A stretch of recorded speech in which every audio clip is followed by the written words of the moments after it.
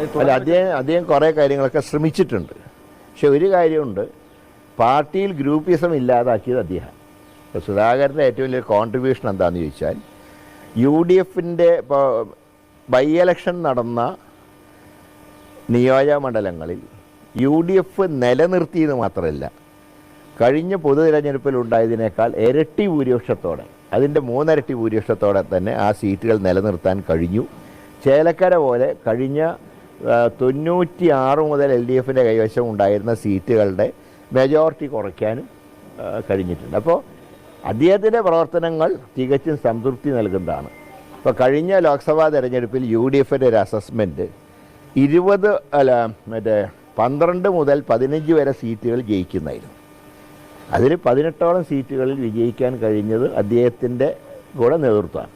കൂട്ടായ നേതൃത്വമാണെങ്കിൽ അദ്ദേഹത്തിൻ്റെ കൂടെ സംഭാവനയുണ്ട്. അതുകൊണ്ട് തന്നെ തീർച്ചയായിട്ടും അദ്ദേഹത്തിൻ്റെ അഭിമാനത്തോടു കൂടെ തന്നെയാണ് അദ്ദേഹം സ്ഥാനം ഒഴിഞ്ഞിട്ടുള്ളത്. പിന്നെ സ്വാഭാവികമായിട്ടും കാര്യങ്ങളെക്കുറിച്ച് ഒരു അയവറക്കൽ നടത്തുമ്പോൾ ചില കാര്യങ്ങൾ പറഞ്ഞു, അതിനൊന്നും പാർട്ടിയിലെ പടലപ്പണക്കായിട്ട് ആരും കാണണ്ട.